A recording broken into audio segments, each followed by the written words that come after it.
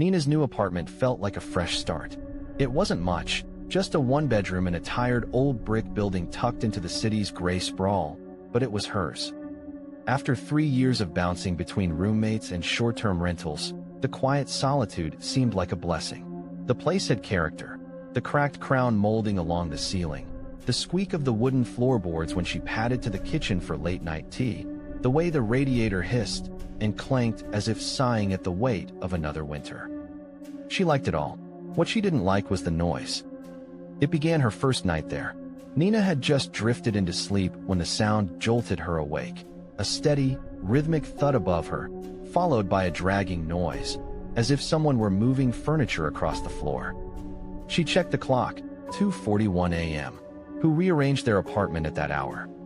She pulled a pillow over her head and tried to ignore it. But the noise persisted, the dragging, the scraping, the dull impact of something heavy striking the floor. After what felt like an hour, the building settled into silence again, leaving her staring wide-eyed at the ceiling, sleep an impossible dream. The next morning, she brushed it off. Old buildings made noises. Neighbors had strange schedules. It was city living, she'd adjust. But the second night, it happened again. And the third, always around the same time, always the same sound, the dragging, the thudding, the muffled shuffle of feet pacing above her bedroom. By the fourth night, Nina had had enough. She caught her landlord, Mr. Collins, in the lobby as he sorted through his mail. He was an elderly man with a stooped back and a mustache that looked like it belonged in an old western. "Do you happen to know the tenant above me?" she asked, trying to keep her tone light. "They keep moving furniture around in the middle of the night. It's been really hard to sleep." Collins paused, giving her a strange look. Then he smiled, though it didn't quite reach his eyes. "There's no one above you," he said. Nina blinked. "What do you mean? You're on the top floor. Just the roof up there." "Always has been." She let out a nervous laugh, waiting for him to grin and admit he was joking, but he just shuffled his mail and walked away. That night, the noises were worse. The thuds grew heavier, closer, as if something massive was being dropped just above her bed. The dragging became a screech, nails against wood, and at one point she swore she heard breathing, slow, deliberate breaths exhaling right above her. By 4 a.m., she was trembling beneath her blanket, her lamp still on, eyes glued to the ceiling where plaster dust occasionally drifted down onto her floor. The next morning, exhaustion hung on her like a weight. She considered calling the landlord again, but the memory of his serious face stopped her. If no one lived above her, then what exactly was she hearing? The following night, Nina decided to record it. She set her phone on her nightstand, microphone pointed toward the ceiling, and waited. The noises came as they always did, at 2:41 a.m. sharp. She pressed record and lay frozen, every muscle tense as the dragging and thudding filled her room. The sound seemed to travel across the ceiling now, starting in one corner and scraping across to the other.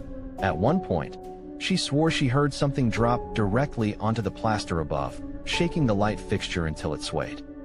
When silence finally fell, she stopped the recording, too afraid to play it back until morning. At sunrise, she sat on the edge of her bed, coffee in hand, and hit play. At first, it was exactly what she expected, the muffled thuds, the dragging, the scrape of something heavy across the floor. But then came a new sound, one she hadn't noticed while it was happening. A voice, low, guttural, and whispering. She replayed the section 3 times, heart pounding harder each time. It was faint, distorted, but she could make out a few words. "Open door."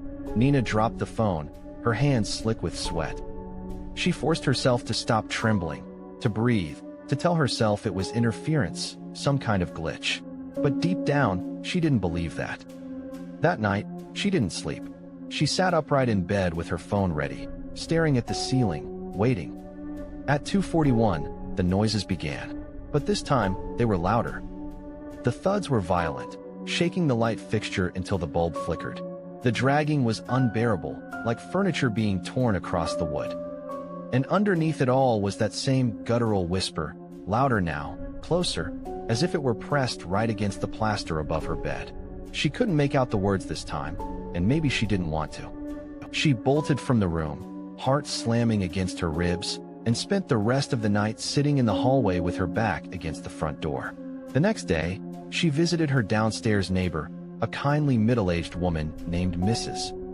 Garcia, who always greeted her in the hallway with a smile. "Do you hear anything at night?" Nina asked, voice trembling. Mrs. Garcia tilted her head. "What do you mean? Like loud noises from upstairs? Dragging voices?" Mrs. Garcia frowned. "Sweetheart, there's no upstairs. You're the top floor." "I know, but..." Mrs. Garcia leaned closer, lowering her voice. "I've lived here 22 years. You're not the first tenant to ask about noises like that. Every person who's rented that apartment before you complained about the same thing." Nina swallowed hard. "What happened to them?" Mrs. Garcia's eyes softened with pity. "They didn't stay long. That night, Nina barricaded herself in her bedroom. She pushed her dresser against the door, closed the curtains, and left every light burning. She tried music, headphones, anything to drown out the inevitable. But at 2:41, the sounds began again, this time accompanied by something new. A crack. A fissure appeared in the ceiling above her bed, plaster splitting as if under tremendous weight. Dust rained down, coating her blanket. The dragging was deafening now, directly overhead, and the whisper had become a rasping growl. Nina screamed and scrambled to her feet, stumbling backward into the corner of the room as chunks of plaster began to crumble and fall. The growl grew louder, clearer. "Open the door." Then came the knock. 3 slow, deliberate knocks against the ceiling, so hard that the light bulb shattered above her. The room plunged into darkness. Nina bolted. She tore the dresser away from the door and fled into the hallway, barefoot and sobbing, and didn't stop running until she reached the street. She never went back. The next morning, movers arrived at her request to collect her belongings. She refused to enter, watching from the safety of the sidewalk as they carried her furniture out. One of the movers, a tall man with tattoos covering his arms, emerged pale-faced after a trip inside. "Ma'am," he said, his voice uneasy. "You know there's something wrong with your ceiling, right?" Nina stiffened. "What do you mean?" He rubbed the back of his neck. "There are handprints. Dozens of them, pressed into the plaster from the inside. Like something was trying to get out, a Tory too." The man in the window. The first time Marissa saw him, she thought it was just her imagination. She had just moved into the small townhouse on the edge of the city, the kind of place you take when you want something affordable but close enough to downtown to feel alive. It wasn't perfect. Faded brick, paint peeling from the railings, and a view of the alleyway instead of the skyline, but it was hers. She had broken up with her boyfriend only 2 weeks before, and moving out of their shared apartment had been both painful and liberating. This was her new start. But on her second night, while unpacking boxes in the living room, she glanced at the window across the alley. The blinds in the opposite unit were half open, slanted at an angle that gave her an almost perfect view inside. That was when she saw him. A man, standing motionless behind the blinds. His face was obscured in shadow, but she could see the outline of his head, his broad shoulders, and the faint gleam of his eyes catching the light. He wasn't doing anything. Not watching television, not reading, not moving. Just standing. And she realized, with a shiver, that he wasn't just standing in his apartment. He was standing in front of his window, facing hers, as if he had been waiting for her to look up. Marissa froze. The longer she looked, the more uneasy she became. It wasn't the presence of a neighbor that unsettled her. Plenty of people lived in this block. It was the silence, the stillness, the absolute certainty that this man had been watching her for longer than she realized. She quickly closed her own blinds and told herself it was nothing. Just a neighbor. Just bad timing. Just her imagination running wild in a new place. But it didn't stop there. The next night, she saw him again. Marissa had stayed late at work, and it was after 11 p.m. when she finally trudged into her townhouse, microwaved some leftovers, and collapsed on the couch. She was scrolling through her phone when that uncomfortable itch crawled across her skin, the sense of being watched. Slowly, she turned her head toward the window. He was there, the same figure, behind the slanted blinds. He hadn't moved an inch since the night before, except now his face was closer, almost pressed against the glass. The faint light from somewhere behind him revealed more detail this time. Pale skin, slick dark hair, and eyes that seemed to glitter unnaturally in the dark. His lips curved upward in what might have been a smile, or might have been a grimace. Her heart began pounding. She grabbed her remote and clicked on the television, flooding her apartment with sound. The moment she looked back, the blinds across the alley snapped shut in one swift motion. She didn't sleep much that night. Marissa told herself she was being paranoid. People were strange, cities were stranger, and maybe her neighbor was just a weirdo who stood at his window too much. But she couldn't shake the feeling that something was wrong. Over the next week, she started noticing small things. Her blinds would be closed when she went to bed, but half open when she woke up. She told herself it must be the wind, but the cord was knotted around the latch. There was no way it had just slipped open. Her mail, which she always collected from the box in the lobby, had been rifled through. Once, she found an envelope sliced open and resealed with tape. And then came the scratching. Late at night, when the building had gone quiet, she would hear it. A soft, slow scrape against her window, like fingernails dragging lightly across the glass. The first time it happened, she had been too terrified to even look. The second time, she pulled back her blinds in a burst of courage, only to see the alley completely empty. But in the window opposite, the man was standing again. This time, his hand was pressed flat against the glass. His pale palm, fingers spread wide, smeared something dark across the pane. Blood. Marissa stumbled backward, her scream catching in her throat. She grabbed her phone and dialed 911. By the time the police arrived, the blinds across the alley were shut. They went upstairs, knocked on his door, even let themselves inside. The officer came back shaking his head. "No one lives there," he told her.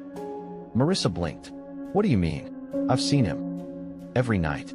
The place has been empty for months," the officer said. "Abandoned. Landlord's been trying to rent it out, but nobody wants it.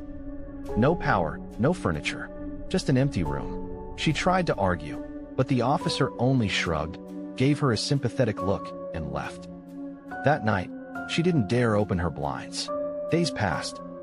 She tried to ignore it, tried to convince herself it was all a mistake, a trick of light, maybe even stress from the breakup and move. But deep down, she knew better. She knew he was still there. One evening, she heard something new. Instead of scratching, it was tapping. Slow, deliberate taps against her window. 3 in a row. Pause. 3 again. The rhythm of a knock. She forced herself to peek through the blinds. The alley was empty, but when she glanced across, her stomach dropped. The opposite blinds were wide open now. The window gaped like an unblinking eye into a pitch-black room. And in the center of that blackness, 2 pale hands gripped the sill from the inside. Too high to belong to anyone standing on the floor. Too close, as if the figure was pressed flat against the glass, hanging upside down from the ceiling. The hands slowly slid out of sight. Marissa yanked her blinds shut and curled up on the couch, heart hammering so loud she thought her ribs might crack. She didn't sleep that night, or the next. And then, silence. For 3 whole days, there was nothing. No tapping, no scratching, no man in the window. By the 4th day, Marissa dared to breathe again. She even opened her blinds to let in the sunlight. The opposite window remained closed, lifeless, just another blank rectangle of dirty glass in the alley. Relief washed over her. Maybe it really had been her mind playing tricks. Maybe she really was safe. That night, she drifted into the first deep sleep she'd had in weeks, until the tapping began again. Only this time, it wasn't at the window across the alley. It was at the window right beside her bed. Marissa's scream tore through the townhouse. She scrambled to the far corner of her room, phone slipping from her sweaty hands. The tapping grew louder, more insistent, until the glass began to rattle in its frame. With trembling hands, she reached for her blinds and yanked them open. The man was there, not across the alley, not in another building, right outside her bedroom window, his face pressed to the glass, his smile stretched impossibly wide. His eyes glowed in the darkness like animal eyes, and his breath fogged the glass in frantic bursts. Before she could move, his hand shot up, slamming against the window with a crack. The pane splintered, hairline fractures spreading like veins. Marissa bolted from the room, down the stairs, out the front door. She didn't even lock it behind her.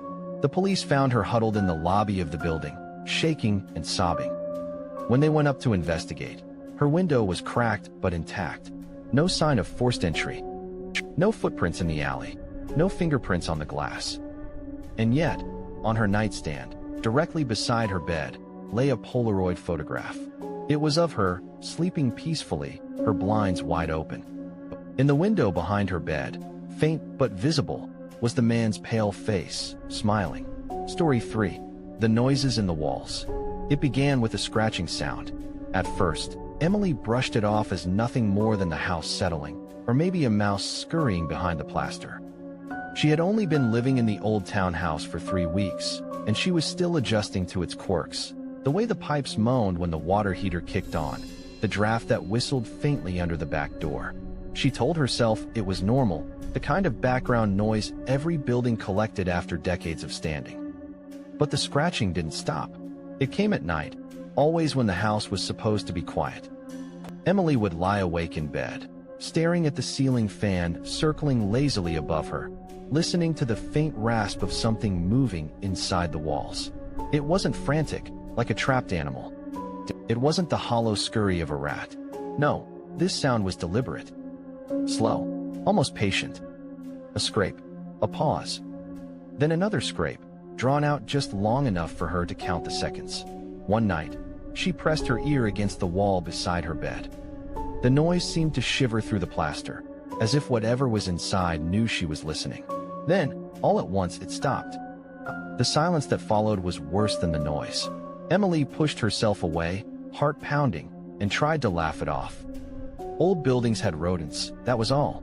She'd call pest control in the morning.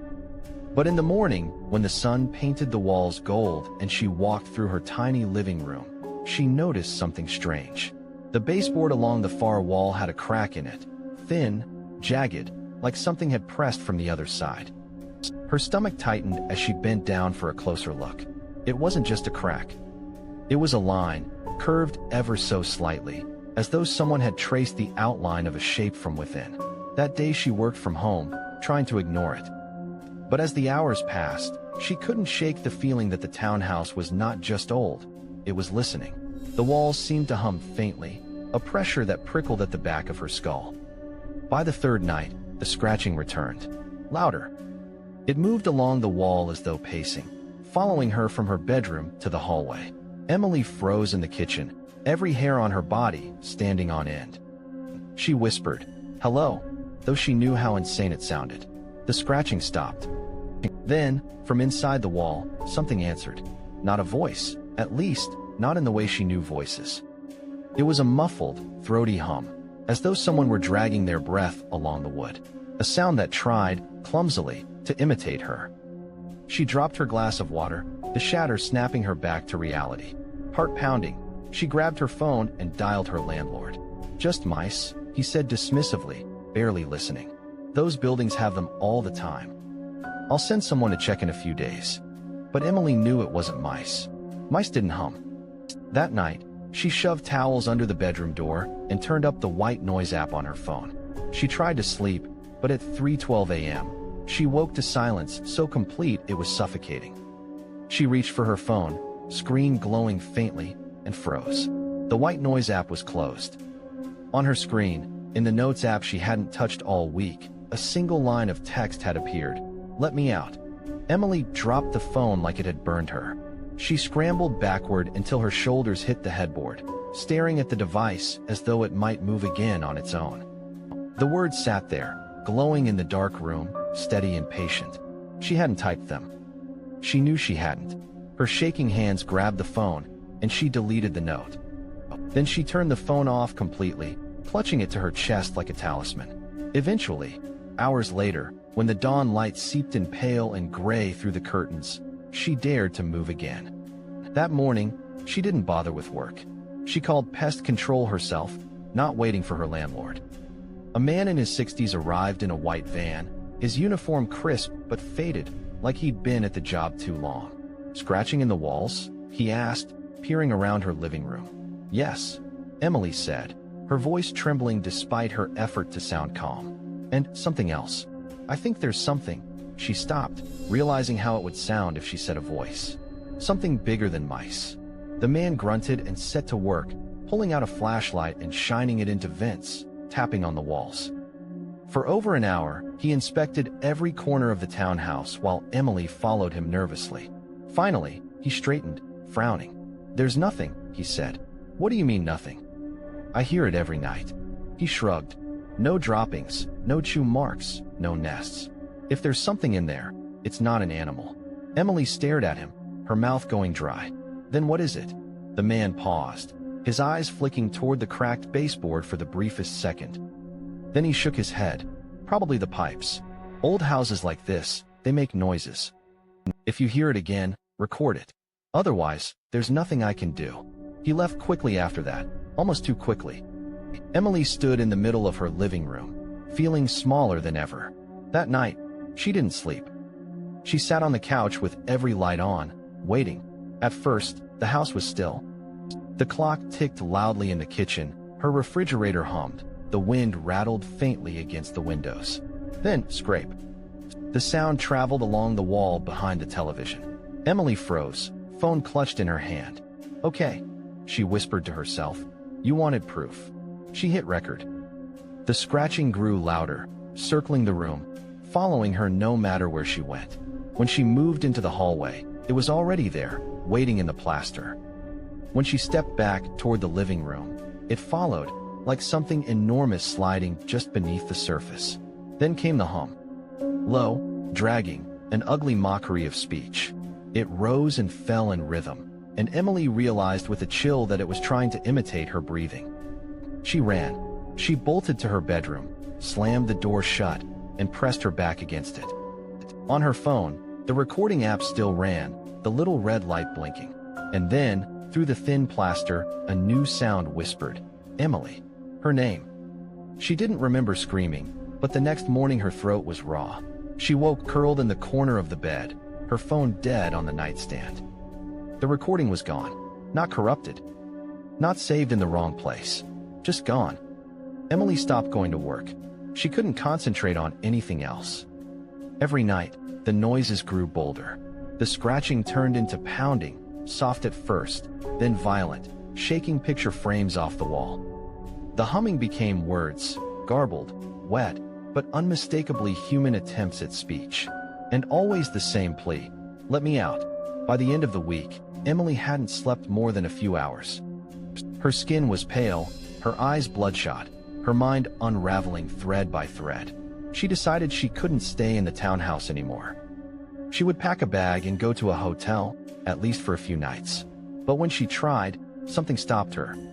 The moment she touched the front door handle, a violent slam echoed from every wall at once, like dozens of fists pounding in unison. The walls shuddered, the floor trembled, and Emily dropped to her knees with a scream. The pounding stopped instantly. In the ringing silence, she heard the faintest chuckle, low and satisfied, vibrating through the wood. She wasn't allowed to leave. That night, she sat in the dark, shaking. Her phone was dead again, even though she had charged it all day.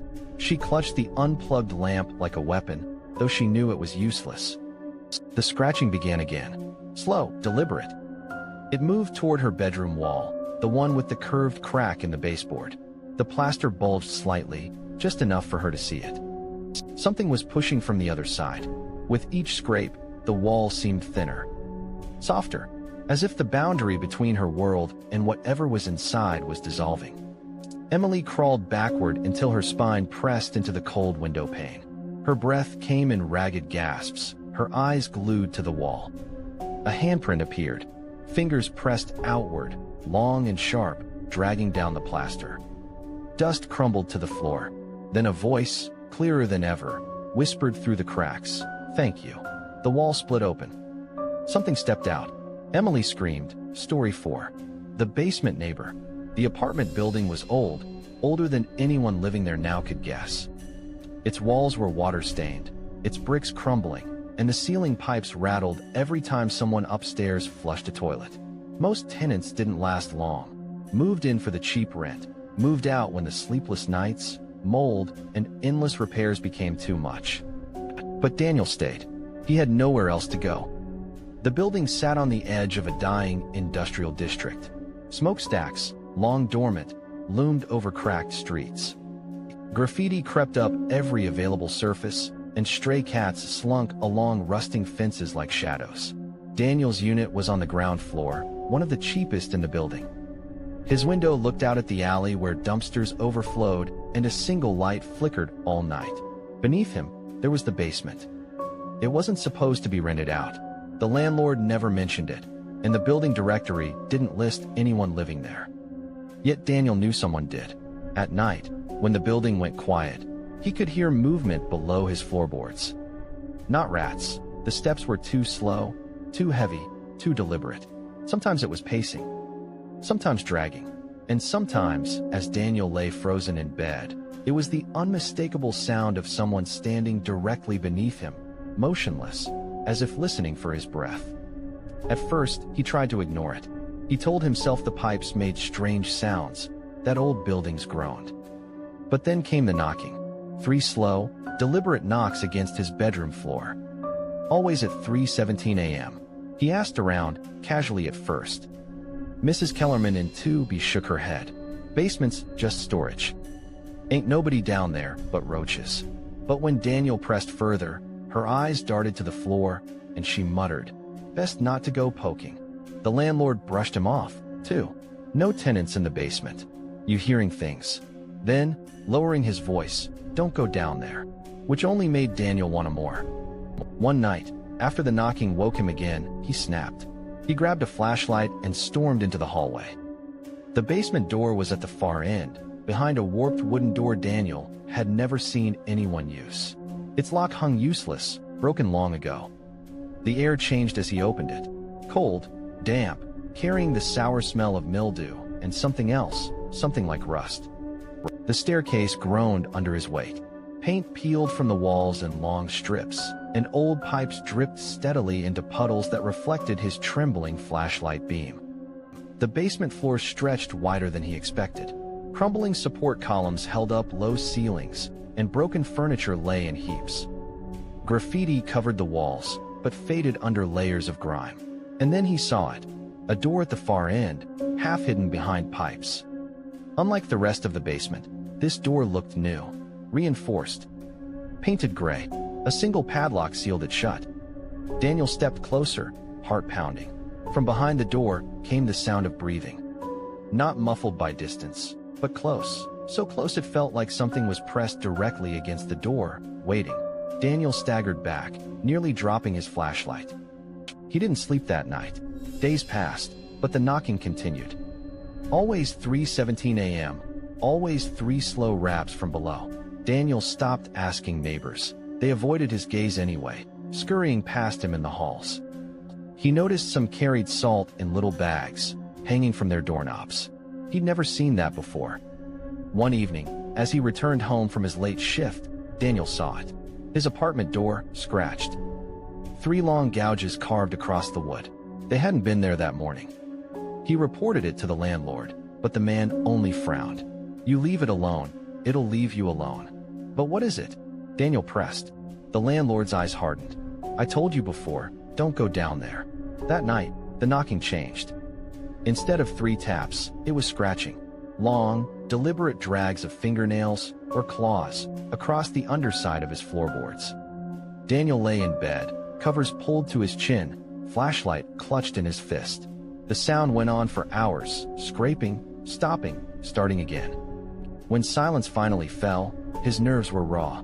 At 5 a.m., just as dawn was breaking, he heard something worse. A whisper, right beneath his bed. It was faint, but clear enough, his name. Daniel. He didn't go to work the next day. He sat at his kitchen table, staring at the floor, waiting for the sound to return. His coffee went cold, untouched. Every creak made him flinch. By afternoon, his paranoia cracked. He needed answers. He went back down. The basement seemed darker this time, as though the weak light bulbs overhead had dimmed. The air pressed heavy on his lungs. When he reached the gray door, his hands shook violently. The padlock was gone. The door stood ajar. Daniel's flashlight beam trembled as he nudged it open. The room beyond was small, lined with stained concrete walls. Chains dangled from hooks. In the center lay a mattress, sunken and filthy, as though someone, or something, had lain on it for years. And on the walls, scratched deep into the concrete, was his name, over and over. Hundreds of times. Daniel's stomach lurched. He staggered back toward the hall. Then he saw movement. A figure crouched in the corner, impossibly still, its pale face turned toward him. Its eyes gleamed in the beam of his flashlight. Eyes that weren't human, wide and lidless, reflecting the light like an animal's. It smiled. Daniel bolted, sprinting up the stairs 2 at a time. He didn't dare look back. He slammed his apartment door shut and pressed his back against it, gasping for air. The silence was unbearable. Then knock. 3 raps, not from below this time, but directly against his apartment door. He should have left that night. Packed a bag and never returned. But fear rooted him, and exhaustion weighed him down. Against all reason, Daniel stayed. The days blurred. His food spoiled uneaten. His phone went unanswered. The building seemed emptier, too. Neighbors leaving in haste, curtains drawn. The landlord's office sat dark, door locked. And always, the scratching. Now not just at 3:17 a.m., but all night long. Closer, louder. Sometimes at his door, sometimes at his walls, sometimes at his window. Daniel sealed the cracks under his doors, taped the windows, blasted the TV to drown the noise. Nothing worked. The presence in the basement was awake now, restless, hungry. And it wanted him. The final night came with a storm. Rain hammered the building, thunder rattling the glass. Daniel sat in darkness, power long since cut out. Then, without warning, every sound stopped. The storm, the pipes, the scratching. Silence. Daniel held his breath. From the basement, the door creaked open. He didn't see it, but he felt it, the shift in the air, the sudden, suffocating weight of something moving freely now. Steps on the stairs. Slow. Deliberate. Coming up. Daniel ran to his door, pressed his shoulder against it, and prayed it would hold. The footsteps reached the hall outside his apartment. Stopped. Knock. 3 raps. Then, a whisper through the wood. Daniel. Let me in. His flashlight flickered on the table. He snatched it up, hands trembling, and shone it toward the door. Through the crack beneath it, he saw fingers. Pale, too long, curling inward as they dragged slowly across the floor. The door shuddered. Not a knock this time, but a push. Daniel screamed. No one saw him after that night. His apartment sat empty, belongings scattered as if he'd fled in haste. The landlord said nothing. The neighbors whispered less. But in the basement, behind the gray door, a new name was scratched into the walls. And every night, at 3:17 a.m., the knocking began again, waiting for the next tenant to listen.